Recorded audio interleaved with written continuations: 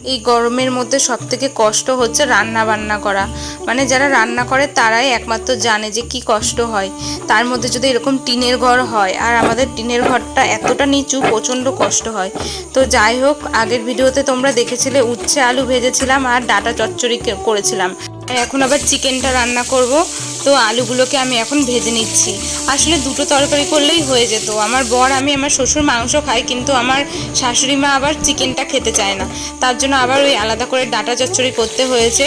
ওই মাখা মাখা করে করেছিলাম, আর এখন এখানে মাংসটা করব, তাহলেই হয়ে যাবে। তো তার জন্য দেখো আলু এখানে ভেজে নিয়েছি।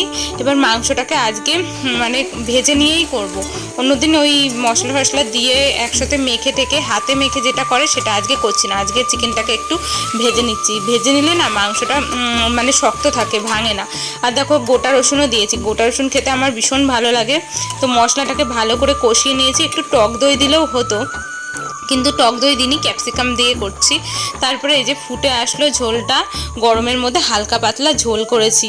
তো প্রচণ্ড গরম লাগছে, একটুখানি বাইরে বেরোলাম। আর আমার সমস্ত রান্নাবান্না দেখো কমপ্লিট হয়ে গেছে। রান্নাবান্না করার পর আমি ঘরদোর এইভাবে গুছিয়ে রাখি। যতক্ষণ না গুছিয়ে রাখতে পারি আমার ভালো লাগে না। তারপরে স্নান করে নিয়েছিলাম। এতটা গরমে ঘেমে গেছি, তাই স্নান না করে থাকলাম না। সকালেও একবার স্নান করেছিলাম। এদিকে করেছি ভাত, উচ্ছে আলু ভাজা, আর এই যে ডাটা চচ্চড়িটা করেছি। আর মাংসটা তো তোমরা দেখেছোই করছিলাম। তো এই হচ্ছে আজকে দুপুরের মেনু, একদম সিম্পল মেনু। তো এটা দিয়েই খাওয়া হবে। এখন প্রায় ওই 1:30টার মতো বাজে, আর আমার রান্নাবান্না সমস্ত কিছু কমপ্লিট হয়ে গেছে। ওরা কেউ বাড়িতে নেই, সবাই আসলে একসাথে খাবো। আর এই আমগুলো হচ্ছে আমাদের গাছের আম। আমাদের বাড়িতে গাছ নেই, কিন্তু আমাদের আর একটা জায়গা আছে, সেখানে আম গাছ লাগানো আছে।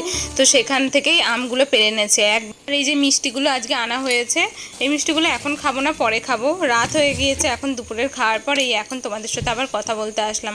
তো চলো এখানেই ভিডিওটা শেষ করছি।